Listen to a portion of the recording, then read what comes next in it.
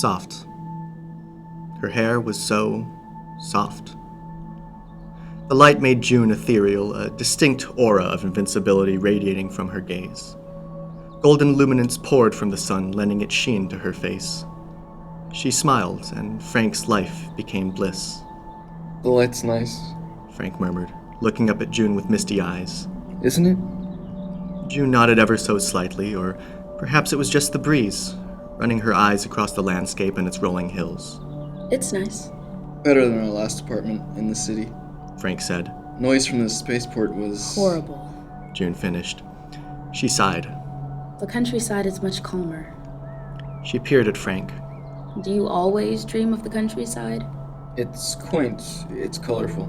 What else would I ask for? June nudged him. Oh, come on. Frank grinned. You know I love you. Mm-hmm. What does that mean? Well, maybe June raised an eyebrow. you could dream of someplace else once in a while, or give me some control. That's not how it works. Besides, if you were me, you'd know how much I miss this sort of color. There was a slight pause as Frank laid back to enjoy the breeze. June looked over at him. So, why do you always choose to dream like this, when you could fall into a deep sleep and wake up what feels like seconds later? If waking up is inevitable, why delay it? Frank shrugged. Why not enjoy the ride, after all? He grinned. There's always a rush and a flight from inevitability. He looked at June wistfully. Makes you enjoy the experiences you live all the more. June smiled that radiant smile, and Frank all but melted. Somewhere in the back of his mind, Frank felt a tug, something pulling him away from June and the golden light. No, it couldn't be time. And yet the clock in his mind told him it was. Frank muttered a curse as June looked over at him again. You have to get up now. He sighed. I know, but the light's rather nice, isn't it? Come on. June rolled her eyes, standing up. Get up. He took her wrists by his hands and, bracing his knees, pulled himself up. His face plunged through the breeze, the golden light drowning his senses until it faded away to gray. The world somersaulted, and his stomach dropped as his upward momentum shifted downwards. He became vividly aware of his eyes, and at that thought, everything went dark. Get up. She had said. He opened his eyes.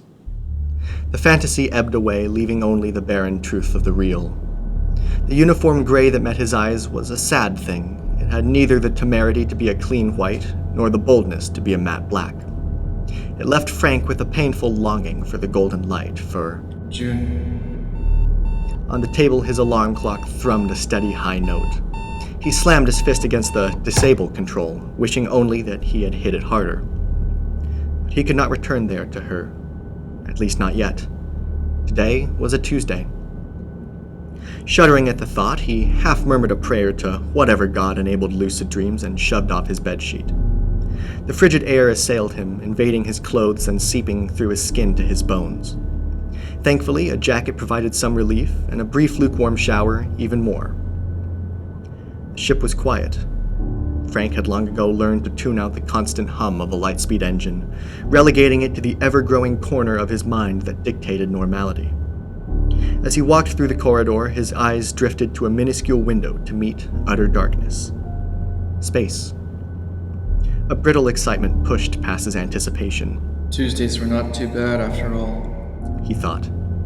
It was the only day the lightspeed engine would be shut down for routine cooling, and when that happened, the stars would be visible once again. Stars, such small things. I've missed them. Frank chuckled to himself. Reaching the flight deck, he sat at the only chair there, surrounding himself with the overwhelming minutiae of levers, buttons, and switches. 2 minutes, the clock on the wall read. Frank readied an analog stopwatch, balancing it between two levers that read ECLSS control. He leaned across the panel to his left, hitting a switch. A screen activated, showing a view Frank knew all too well as the space in front of his ship. The brilliant blue ball of stars dead ahead greeted his gaze, twinkling. Frank's internal thoughts struggled to believe the ship was moving at the speed of light, with the cobalt static cluster commanding an air of serenity. 1 minute. Ladies and gentlemen, Frank announced in turgid verse. We will be decelerating rather rapidly to the tune of 3 by 10 to the 8th meters per second, so please fasten your seatbelts and stow your trays. He hit 3 switches in rapid succession, and the ship shook as he primed the engine for shutdown. If you would like to smoke, please step out of the spacecraft to do so. 30 seconds. If you care for this sort of thing, you'll see the star beta Cantron on the X left side of the spacecraft, and Eta something on the Z upper side. It's the blue one. 10 seconds. Alright. Frank muttered. Don't you fly apart on me now. He gripped the large throttle lever at the panel center and, gritting his teeth, slowly pulled it down. He set his eyes forward. A spectacular sight before him blossomed to life, and Frank was reminded of how truly small the display screen was. The blue sphere of stars leisurely expanded at first, then picked up speed. They began to envelop the camera's field of view, spreading further still until they encompassed the blackness of space, leaving behind their blue hue. Frank knew that behind him, at that instant, a red ball of stars paralleled the actions of their blue counterparts. The two would meet to fill the total darkness of space and metamorphosize back to their normal white glow. The ship jolted to a halt, and gravity lost its hold on Frank. He noticed his hair first, now unburdened by the pull of acceleration in a halo around his head. He began to drift from the chair and clutched the seat, buckling himself to it. A small pinging from the panel informed him the maneuver was complete. The ship had slipped out of its light-speed dash and now remained motionless amidst the expanse of space. And ladies and gentlemen, Frank sighed, checking a notepad clipped to the panel's side, is stop 131. If this is your stop, please mind the gap as you exit the spacecraft. He clicked the stopwatch and it began to tick. At 5 minutes, he would click it again and power up the engine, and the ship would resume its journey into the stars. Until then, it had to cool down. Lest it explode and I die. Frank dryly mused. That would be ironic, wouldn't it? Here's to 132. Frank announced, unbuckling himself and allowing weightlessness to take complete hold of him. He relinquished command of his body to the infinite void, drifting until he turned to the hallway, facing his ship with open arms, utterly alone. Ship's operations are a word on the backside of humanity. Frank cursed. Every day, the ship somehow manifested new systems to repair, subroutines to check, software to update. Midway through updating the navigation code, Frank pondered the cosmic irony of his ship rebooting on him mid-flight and dooming him to certain death. I'm sorry, the Lightspeed engine requires a software update and cannot be initiated. Do you wish to restart? Morning chores consisted of hardware resets, conduit repairs, and piping. A quick lunch break would present a daily game of darts against himself, which he would win every time. He swore he was getting better with his aim, but often the results plainly said otherwise. The afternoons, meanwhile, were designated for software and code. Frank knew nothing about code, but had forced himself to learn. The odd day or two would throw in a fuel leak or a ramjet malfunction that necessitated a spacewalk to repair. Frank knew very little of spacewalks, too. His former position in commercial spaceflight never required complete knowledge of every ship system. None of this would be an issue if he had a crew working with him. Then again, Frank Spader was the last man alive. It had been nearly 3 years since the sun had gone nova, effortlessly extinguishing all life on his world. Those on the daylight side were the first to die without an ounce of warning, vaporized by the might of the sun's dying rage. Those veiled by the shadow of night would have peered curiously at the moon, now glowing with the might of 1,000 suns, before they, too, would have died. It was brutal and quick. Frank almost envied them. Perhaps others like Frank had survived, others with ships who embarked on scrambled, forlorn journeys into deep space, running at the speed of light just ahead of the supernova's blast. If there were, Frank resigned himself to the fact that he would have no way to contact them. For all intents and purposes, he was alone. Except for June. She had been his love for a year before he accepted the starship posting, and the year had been a spectacular one. They had seen the beaches of Celica, explored the forests of Kirkora, climbed the highest hill in Corsica. It was on that hill that Frank had first met her, and he had immortalized the moment in his dreams forever. June. Frank savored the name whenever it floated onto his tongue, always taking her to whatever place he dreamt of at night. I miss the countryside. June admitted once, when Frank dreamt of his favorite beach. The golden light and the endless fields. You remember? And for a month, Frank had thought of nothing else. Sometimes they would hike through sky-reaching redwoods. Other times, fantastical landscapes that defied gravity would manifest atop pure white clouds. He took her flying once, actual flying, without a wingsuit or a plane. After all, it was a dream. They flew over mountains, through valleys and rivers, laughing and whooping all the while. Her memory, her vibrance sustained him. More than that, it gave him life. Despite her spirited vigor, she was limited to his dreams.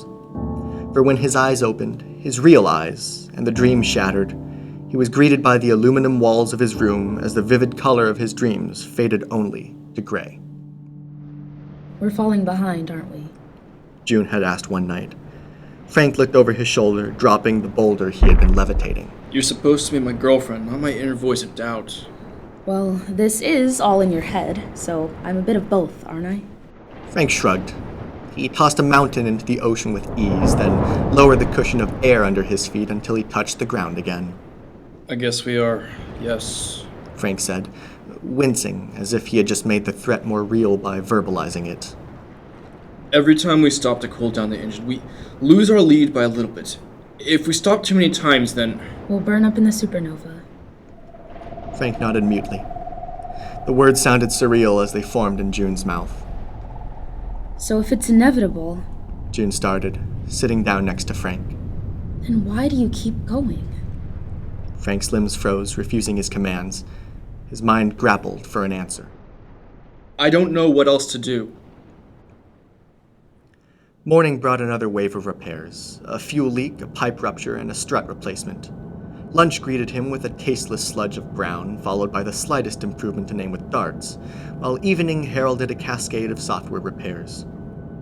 At night, he dimmed the lights on his ship, wished the empty rooms a good night, and curled up on his frigid cot.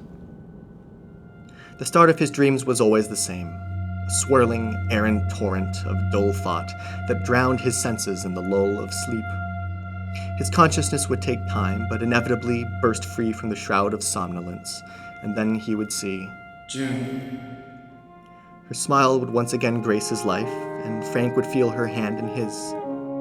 They would embrace, or lie under a nebula, or stare into the sky and count the clouds. His dreams would always conjure a new journey to embark upon, something to inject vibrance into his regimen of tedium. She would tell him that she loved him. Then he would wake up. Saturday swung around, and then Sunday, and thus came morning, repairs, lunch, darts, and code. Frank fell asleep to the thoughts of his love. Why did you run from me? June asked as they were flying. Frank hurriedly changed the landscape of his dream, and June vanished. Then came Monday, another day of repairs, lunch, darts, code, sleep. And in his dream, June told him that she loved him, and he awoke to a growing sense of dread. Tuesday. After shuffling out of bed, securing his belongings for deceleration and showering, he consulted a scrap of paper on his desk. It was well worn, suffocating in numbers that coated its surface.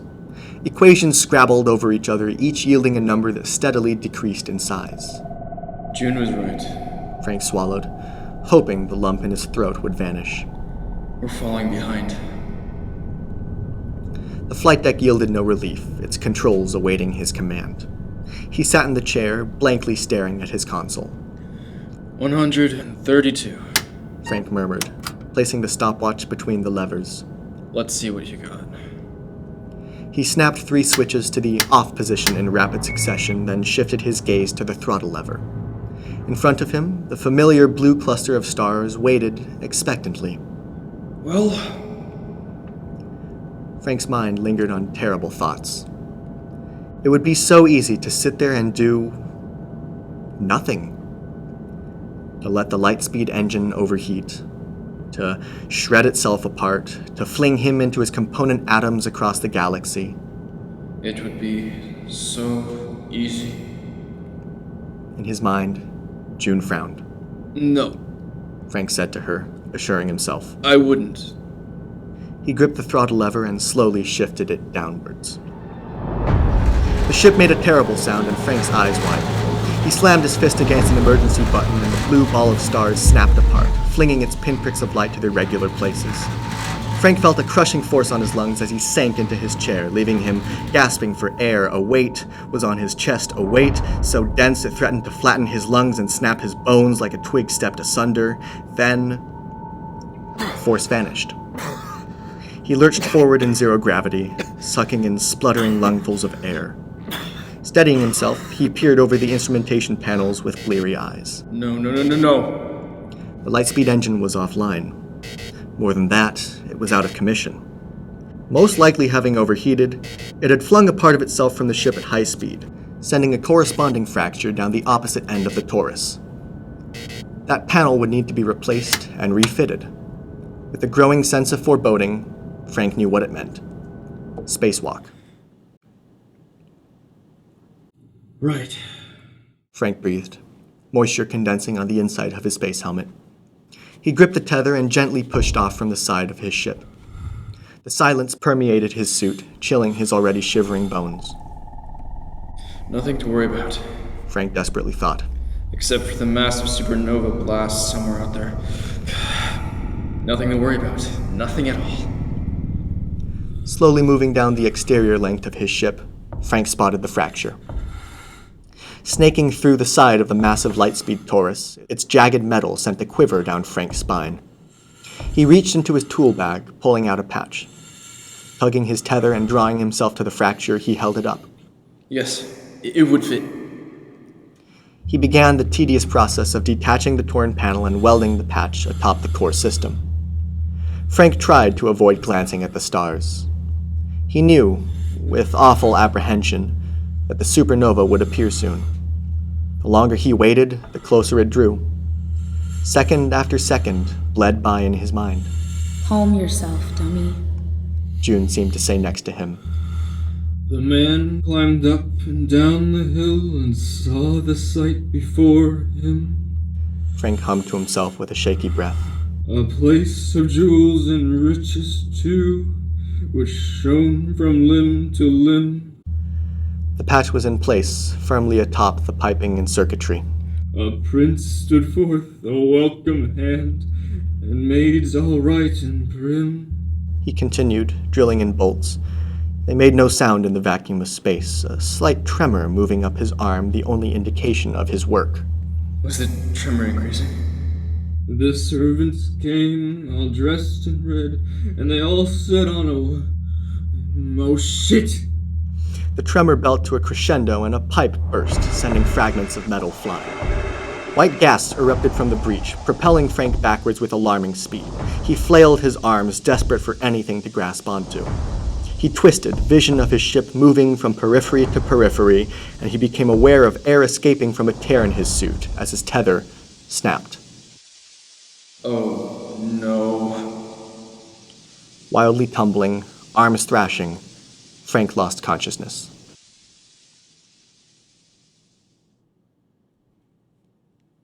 Hey there, you. Frank winced, shutting out a bright light. He was lying on some sort of ground. Have I been saved? Are there other survivors? His mind leaped. He tentatively opened an eye. June stared down at him. Am I? Yeah. You're dreaming, I think. June shrugged. Or you could just be hallucinating. That would be new.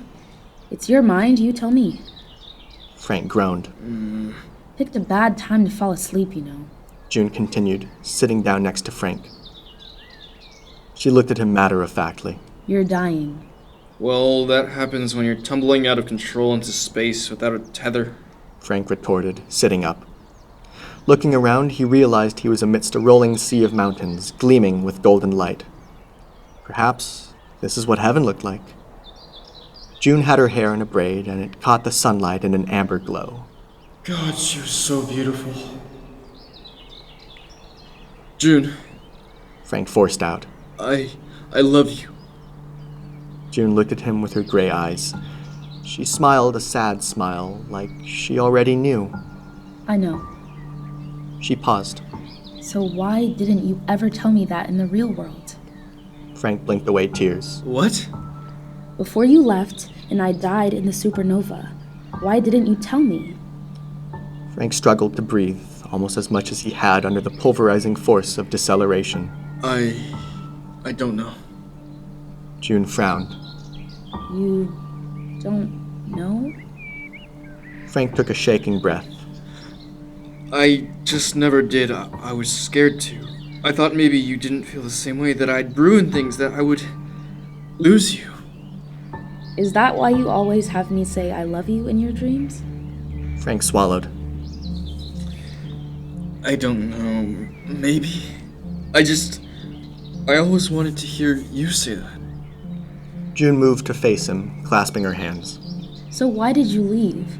On the spaceship? Frank broke, burying his face in his hands, sobs racking his body. You just vanished one day. June continued. I probably learned that you left on that transport ship to the Jupiter colony to transport equipment. Then She tilted her head, as if searching for a memory that didn't quite exist. I suppose I died, along with everyone else. And you got the emergency beacon and kept going, leaving it all behind. She leaned in. Why did you run from me, Frank? Frank raised his head, tears streaming down his cheeks, down his chin. He took a breath. Because I was too scared to tell you. And I never worked up the courage to say that I loved you. That I truly loved you. June placed a hand on Frank's knee, and warmth spread through his body. He looked over at her, and her eyes softly regarded his gaze. You don't have to run anymore. She said. You've said your piece, and maybe you can find some closure with that. Maybe dream of something other than a dead woman once in a while. Frank managed an ugly laugh through his sobs. June chuckled. Now I'll say my piece. She stood up, extending her arms. Get up. Frank looked up at her, eyes watery. What? You're going to live, June pressed. but you have to get up now. June, Get up. Her gaze hardened, and a similar feeling began to spread in Frank's gut. Maybe He thought. I'm going to live. As he took her hands, the golden light around him turned to sparkles, then to stars. He blinked and saw the shape of his ship in the distance receding from him. He was back in his spacesuit, tumbling uncontrollably. The rupture in his suit arm was still leaking air. 29% his air monitor read. Okay, dummy. He thought in June's voice. Let's live. He pressed a hand over the rupture on his arm, struggling to find his ship. There it was. Which way was it moving? Up to down, top right to bottom left. Okay, how long? 1, 2, 3. 3 seconds. He repositioned his arms, swinging it to the opposite end of his momentum. 1, 2, 3. Frank released his hand from the rupture for a half second before clamping his hand back over it. A burst of air flared from his suit, then vanished. 1, 2, 3. He lifted his hand again and just as quickly placed it back over the rupture. 1, 2, 3. Lift, place. 1, 2, 3. Lift, place. It was working. The spin was slowing. 1, 2, 3. Lift, place. 1, 2, 3. Lift, place. He glanced at his air monitor again. 22%. His spin finally corrected. Frank slipped a repair patch over the rupture, sealing the air in his suit. His ship was straight ahead of him. So close. Mind racing, he reached into his tool belt, pulling out a spanner. Momentum. Frank thought to himself. I have to throw them. Turning his back to his ship, he grinned. Never had good aim in darts anyway. Gripping the spanner and holding it close to his gut, he pushed it away from him. He did the same with a nail gun, a heavy-duty pipe wrench, a welder tool. Every time, he knew he was negating some of his velocity, slowly redirecting himself towards his ship. Spanner, wrench, blowtorch. Vise, saw, wrench. Frank looked over his shoulder. His ship was growing closer. He looked down at his air monitor. It was holding stable at 20%.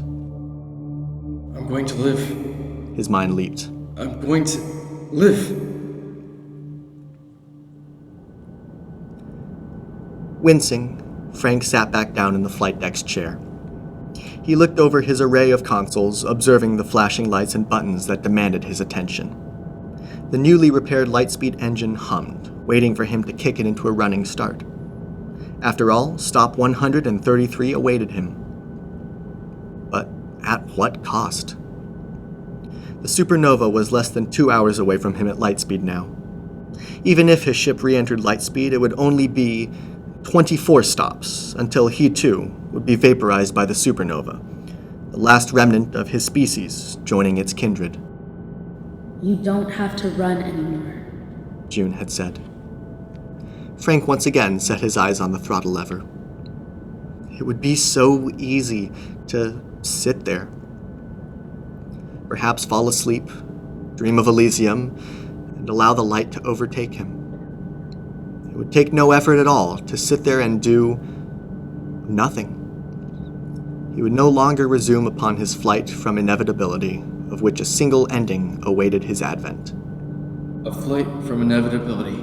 He mused, grinning. Where have I heard that before?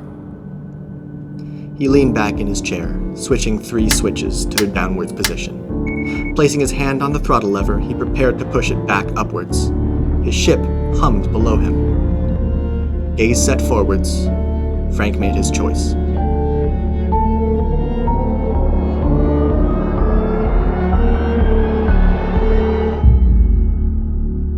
His ship leapt back into Lightspeed, vanishing into the darkness of space, continuing its forlorn journey far beyond the stars.